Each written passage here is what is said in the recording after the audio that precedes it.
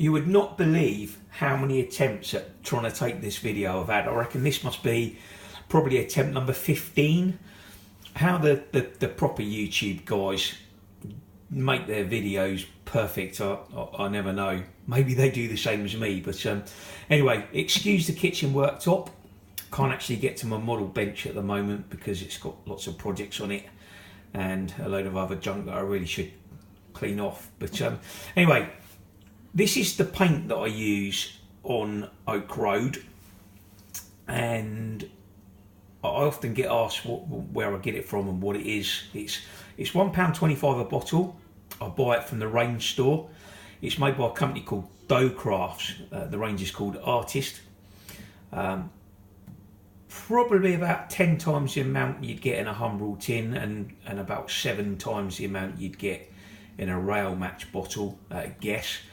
And we'll run through the colours from left to right because I use every single one.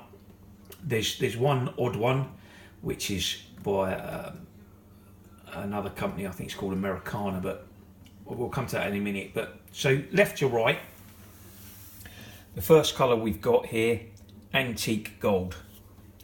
Then we've just got a plain white, a light grey, a dark grey, a black, a burnt sienna, a chocolate brown, and a burnt umber.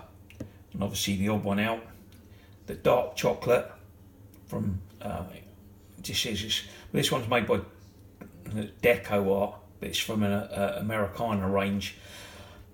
They don't seem to do a colour the same as this in the Dough Crafts range, but it's quite useful for some sort of earth cover and other bits and bats.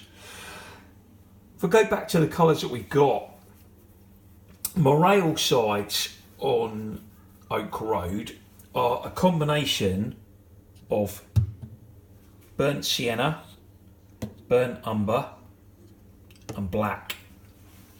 When I paint the rail sides, I tend to mix them with a little bit of thinners, and the reason I do that is because I do it with a brush. I don't airbrush anything, so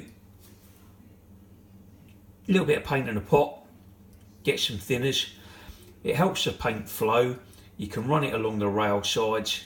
It doesn't go everywhere, but it just flows where you need to get it, and it will look right. You want to try maybe just experimenting. The rails tend to change in the seasons. In the summer they're quite dusty, so they'll need to be quite light, and into there I'd probably add a little bit more burnt sienna. If in the winter they tend to be quite dark, so a little bit more burnt umber. And the black, you just add a little black and it just tones it down a little bit. So we just put those back for a minute. As I've said, with the chocolate brown and also with the dark chocolate, I tend to use these to go under scatter. You can use them for paths and other bits and pieces. I'll do another video at some stage and I'll maybe give a demonstration on how I've done some of the bits on Oak Road. But I picked this kind of tip up from a guy called Gordon Gravitt. I've got a lot of time for Gordon. He's passed on loads and loads of advice to me. It's been really, really useful, and the colours that he uses are very similar to this. So I've kind of pinched his ideas. I'm not ashamed of the fact. That's what we're all here for, to help everybody out and share our ideas together. The platforms on Oak Road to create the tarmac, we're going to use black, and we're going to use burnt umber, and we're going to use dark grey. And these again are mixed together in very, very random quantities. I've done a write-up on Facebook for it, but again I probably need to do a video when I can work out how to make it look professional enough. But you can achieve some very good tarmac effects. Tarmac very rarely grey, and it's very rarely a block colour.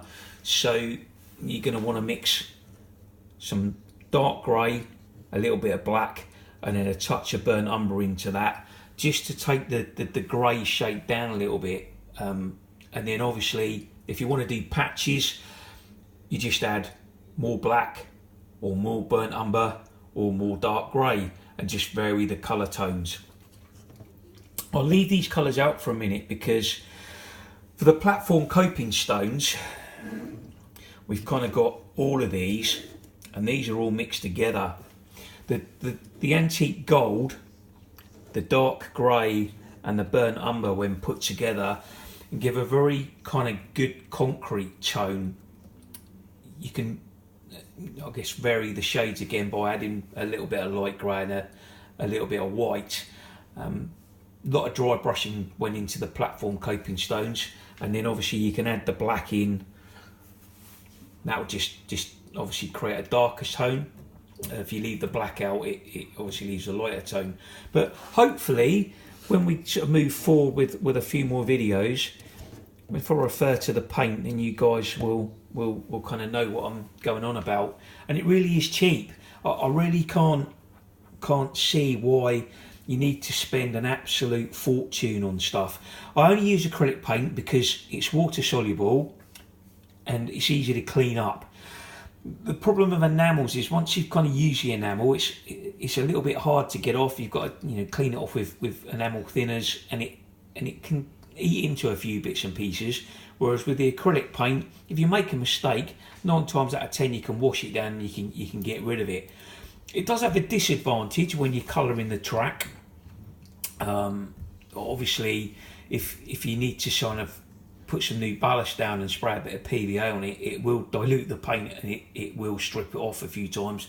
I've probably had to paint it maybe 3 or 4 times over in some places where I've kind of made a mistake.